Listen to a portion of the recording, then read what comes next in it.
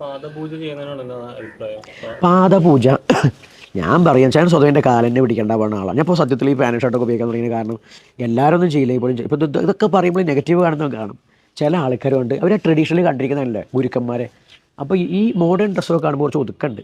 അപ്പോൾ ശരി, അതിന് രക്ഷ. അപ്പോൾ പാദം പിടിക്കുകയോ പൂജിക്കുകയോ ആവശ്യമുള്ളൊരു കാര്യമൊന്നുമല്ല. പക്ഷേ ആധ്യാത്മികമായി ഭാരതത്തിൻ്റെ കാഴ്ചപ്പാട് നോക്കുന്ന സമയത്ത് ഓരോ ദേശത്തും ഓരോ രാഷ്ട്രത്തിലും ഓരോ ആത്മീയ പൈതൃകമുണ്ട്. അങ്ങനെ നോക്കുമ്പോൾ ഭാരതത്തിൽ ഗുരു, അമ്മ, സ്ത്രീ ഇങ്ങനെ തുടങ്ങുന്ന ഒരുപാട് ആളുകളുടെ പാദങ്ങൾ പൂജിക്കും. പാദം പൂജിക്കുക എന്ന് പറഞ്ഞാൽ, പാദത്തെ എന്ന് പറഞ്ഞാൽ അവരുടെ മാർഗത്തെ, അവരെ താങ്ങി നിർത്തുന്നത് കാലാണില്ലേ, അത് സഹനാണ്.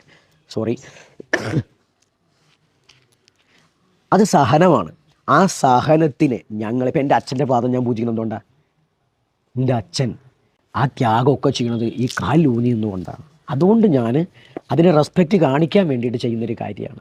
അപ്പോൾ അതുകൊണ്ട് എന്താ വെച്ചാൽ ആ രീതിയിൽ ഗുരുവിനൊക്കെ ഒരുപാട് ബുദ്ധിമുട്ടുണ്ട് ഒരാളെ പുറത്തേക്ക് ഇറക്കാൻ വേണ്ടിയിട്ട്. അക്കാഡമിക് ആകുമ്പോൾ അത് മനസ്സിലാവില്ല, ഗുരുകുലത്തിലേ ഇത് മനസ്സിലാവുള്ളൂ. കാരണം ഞാനൊക്കെ എൻ്റെ ഗുരുവിനോട് കൊടുക്കുന്നത്, എനിക്ക് ദൈവം എൻ്റെ ഗുരുവാണ്. എന്ന് വെച്ചാൽ നിങ്ങളുടെ ഭാഷ എൻ്റെ ടീച്ചറാണ്.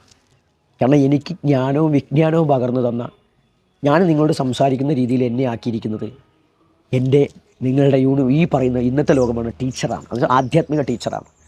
അക്കാഡമിക്കായിട്ട് എന്നെ ബോധ്യം ഉണ്ടാക്കുന്നത് ഏലംകുളത്തെ ചാത്തപ്പൻ മാഷ് തൊട്ടിട്ട് ബാക്കി എന്നെ പഠിപ്പിച്ച എല്ലാ അധ്യാപകരുമാണ്.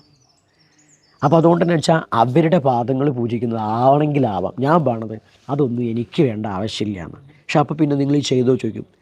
ഒരാളുടെ ആഗ്രഹം അല്ലെങ്കിൽ ഒരു കൂട്ടത്തിൻ്റെ ആഗ്രഹം എനിക്ക് പ്രത്യേകിച്ച് നഷ്ടമൊന്നും വരാനില്ല. ഞാൻ ആവും പാടും പറഞ്ഞു വേണ്ട പാതക വെക്കും, ഇപ്രാവശ്യം പാദപൂജ വേണ്ട. അപ്പോൾ അവർക്ക് എന്താ വെച്ചാൽ ശിഷ്യരൊക്കെ പറഞ്ഞതല്ല, അത് ചടങ്ങായിട്ടാണ്. ഈ സംസ്കൃതിയുടെ ഭാഗമല്ലേ, ഗുരുനാഥന് വേണ്ടെങ്കിൽ വേണ്ട, ബാബാജിക്ക് വേണ്ടെങ്കിൽ വേണ്ട, ഈ ഭാരതത്തിൻ്റെ സംസ്കൃതിയുടെ ഭാഗമാണ്. അത് ഞങ്ങൾ നടത്തും, ഞങ്ങളുടെ ഇഷ്ടമാണ് എന്ന് കരുതി വേറെ നിങ്ങൾക്ക് ആർക്ക് വേണം പരിശോധിക്കാം.